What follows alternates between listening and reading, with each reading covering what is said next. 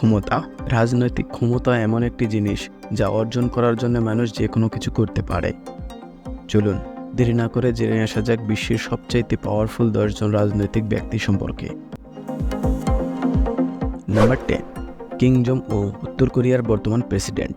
জন্ম 8 জানুয়ারি 1982, তার বর্তমান বয়স 42 বছর। 2012 সালে কিং জং উন উত্তর কোরিয়ার প্রেসিডেন্ট হিসেবে নির্বাচিত হন। তার হুঙ্কারে ভয় পায় না এমন রাষ্ট্র খুব কমই আছে। উত্তর কোরিয়া একটি দরিদ্র রাষ্ট্র হলেও সামরিক অস্ত্রশস্ত্রের কোনো কমতি নেই তাদের। বিশ্ব রাজনীতিতে তার ভূমিকা অপরিসীম।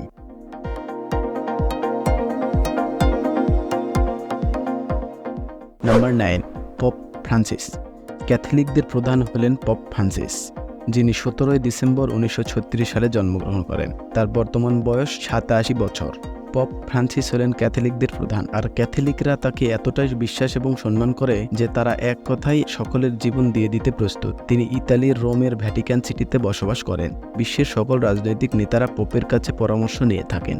তাহলে আপনি নিজেই চিন্তা করুন পপ ফ্রান্সিস কতটা পাওয়ারফুল। Number 8, Olaf squalls.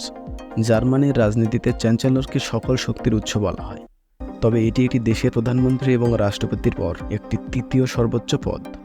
জার্মানির বর্তমান চ্যান্সেলর হলেন ওলাফ স্কলস। 14 জুন 1958 সালে জন্মগ্রহণ করেন। তার বর্তমান বয়স 66 বছর। জার্মানি হল ইউরোপের সবচেয়ে শক্তিশালী দেশ, আর ওলাফ স্কলস হলেন ইউরোপীয় ইউনিয়নের head of command. Number 7, Emmanuel Macron. Emmanuel Macron হলেন ফ্রান্সের 25তম প্রেসিডেন্ট।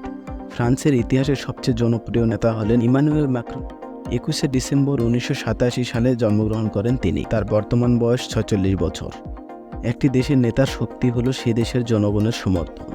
ইমানুয়েল ম্যাক্রন হলো এমন এক নেতা যার কথায় পুরো ইউরোপীয় ইউনিয়ন পরিচালিত হয়, তবে বিশ্বের মুসলিম দেশগুলো তাকে সমর্থন করে না, কারণ ম্যাক্রন ইসলাম বিদ্বেষী। নাম্বার 6, নরেন্দ্র মোদী। ভারতের 14তম প্রধানমন্ত্রী হলেন নরেন্দ্র মোদী। বিশ্বের সর্বোচ্চ গণতন্ত্রের দেশ হলো ভারত, আর ভারতকে নেতৃত্ব দিচ্ছেন নরেন্দ্র মোদী। 17 সেপ্টেম্বর 1950 সালে জন্মগ্রহণ করেন নরেন্দ্র মোদী, যার বর্তমান বয়স 73 বছর। তিনি বিশ্ব নেতাদের মধ্যে সর্বোচ্চ অনুমোদন প্রাপ্ত নেতা। 2014 সাল থেকে তিনি ভারতের প্রধানমন্ত্রীর আসনে রয়েছেন।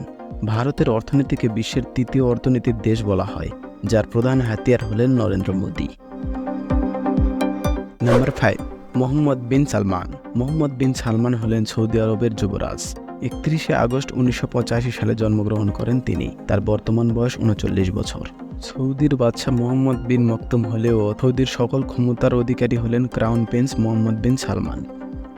বিশ্ববাজারে সকল শক্তির উৎস হল তেল, আর সারা বিশ্বের 40% তেলের মজুদ রয়েছে সৌদি আরবে, যার কারণে আমেরিকা, রাশিয়া এবং চীনের মতো প্রভাবশালী দেশগুলো তার উপর কথা বলতে পারে না। মোহাম্মদ বিন সালমান বিশ্বের শীর্ষ নেতাদের মধ্যে একজন।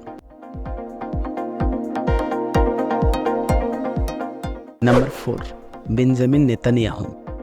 নেতানিয়াহু হলেন ইসরায়েলের 9তম প্রেসিডেন্ট, যার হুকুমে বর্তমান ফিলিস্তিনি এবং ইসরায়েলের যুদ্ধ চলমান। সারা বিশ্ব শাসন করে আমেরিকা, আর পুরো আমেরিকাকে শাসন করে নেতানিয়াহু। 21 অক্টোবর 1949 সালে জন্মগ্রহণ করেন নেতানিয়াহু, যার বর্তমান বয়স 74 বছর। বিশ্ব রাজনীতিতে তাদের ক্ষমতা এতটাই প্রখর যে তারা চাইলে যে কোনো সময় তৃতীয় বিশ্বযুদ্ধ শুরু হয়ে যেতে পারে। Number 3, Xi Jinping. Xi Jinping হলেন চীনের বর্তমান প্রেসিডেন্ট। 15 জুন 1953 সালে জন্মগ্রহণ করেন শি জিনপিং, যার বর্তমান বয়স 71 বছর। বিশ্বের সবচেয়ে জনবহুল দেশ চীন, আর একটি দেশের ক্ষমতা হলো সে দেশের জনগণ। বর্তমানে চীনের অর্থনীতিকে বিশ্বের অর্থনীতির মেরুদণ্ড বলা হয়। চীনের সকল জনগণ জনশক্তিতে রূপান্তরিত হয়েছে, যার প্রধান কারিগর হলেন Xi Jinping. Number 2, Joe Biden. আমেরিকার 47তম প্রেসিডেন্ট হলেন জো বাইডেন। 20 নভেম্বর 1942 সাল জন্মগ্রহণ করেন জো বাইডেন, যার বর্তমান বয়স 81 বছর।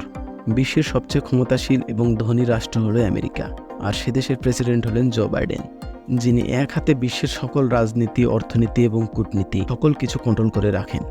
বর্তমানে বিশ্বে চলমান 2টি যুদ্ধ, ফিলিস্তিন, ইসরায়েল এবং রাশিয়া, ইউক্রেন, আর এই 2 যুদ্ধে ওতপ্রোতভাবে জড়িত আছেন জো বাইডেন, যাকে বর্তমান বিশ্ব রাজনীতিতে লিডার বলা হয়। বাংলাদেশে স্বৈরশাসন বন্ধেও হাত রয়েছে যার।